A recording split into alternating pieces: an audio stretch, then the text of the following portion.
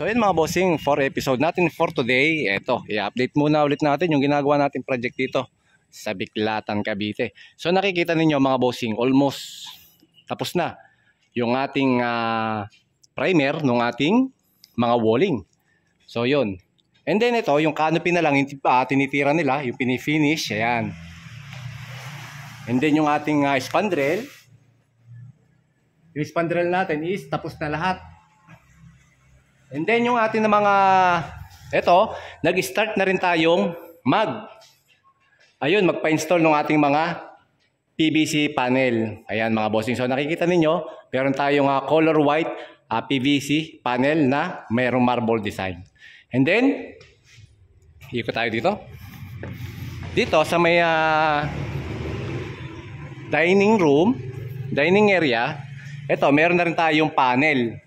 Ayan, nag-start na rin kami dito mag-install ng ating mga PVC. Ayan, kanina. So, kaya hinapon ako. So, bali, ninabot ako ng almost magpa-5 na ngayong Sabado. Actually, umuwi ako. Tanghali pa lang, 12 o'clock, 1 p.m. Umuwi na ako. So, inabot tayo ng almost 5 p.m. Kasi nga, nag-install ako nitong ating mga PVC. And then, meron akong strip light na nakalagay dyan. Ito. Ayan. Yan yung strip light. Testingin natin yung ilaw. So para maipakita lang natin kay Ma'am Scarlett at kay Sir Angel yung ilaw. So testingin ko muna. So yan yung temporary na ilaw natin. No? So hindi pa tapos actually itong ating cove na ceiling. So ito ay nilagyan ko lang ng ilaw so para makita natin yung sample ng ating RGB light. So ito ay iba't ibang kulay mga bossing yan. No? So meron tayong green, merong blue, and then may white. Ayan, at meron pang napakaraming kulay. Ayan mga bossing, ayan, iba't iba talaga yung kulay nito, ang dami. Tapos ito, may dimmer. And then, pwede mo siyang palabuin.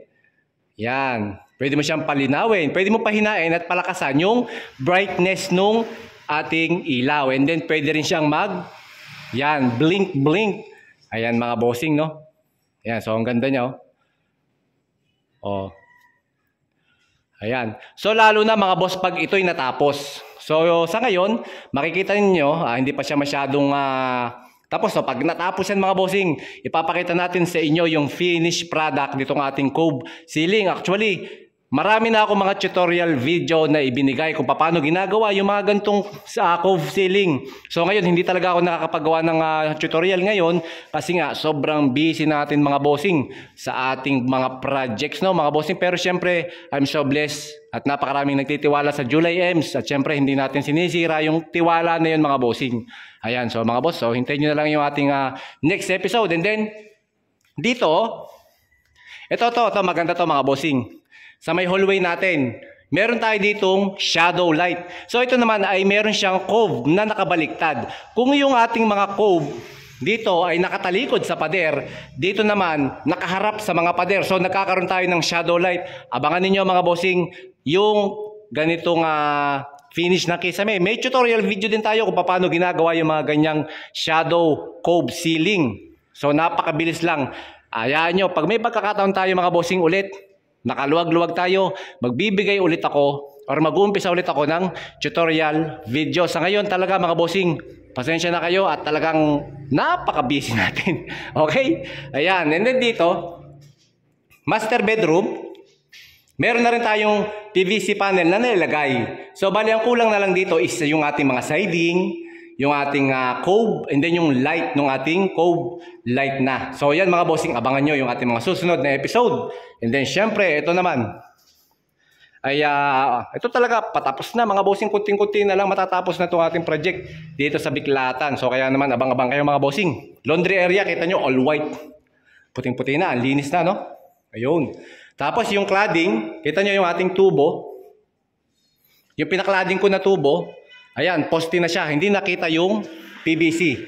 Ayun yung PVC mga boss, no? Yan, yun yung sa para downspout natin. Ang nilalagay natin dyan is number 3 PVC. So malaki yung PVC natin kaya hindi yan basta-basta magbabara. And then pati yun, ayun no, may cladding din tayo doon. Nakita nyo nagkaroon ng nosing na columns, yung false column natin, cladding din yan mga bossing, di ba? So magandang tingnan, malinis. Kaysa yung may nakikita tayong gantong tubo, naka-expose. Ayan, ipakita tuloy natin yung tubong naka-expose. Eh di ngayon, ang gagawin natin, para hindi rin tayo magkaroon ng tubong ganyan naka-expose, total, nagcladding na din tayo ng mga tubo natin. Kapag meron tayong materyales na sobra, ika-cladding na rin natin mga bossing yan para malinis talaga yung pagkakagawa ng bahay. Talagang maganda sa mata. So, kasi ito parang tagyawat mga boss yung mga tubong nakaganyan na nakalabas.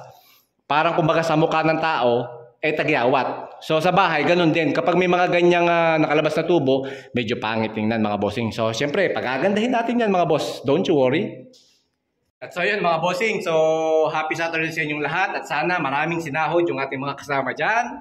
And then abangan nyo na lang mga boss yung ating next episode mga bossing. So pasensya na talaga kayo. Hindi ako nakakapagawa talaga ng tutorial video ngayon. Hayaan nyo.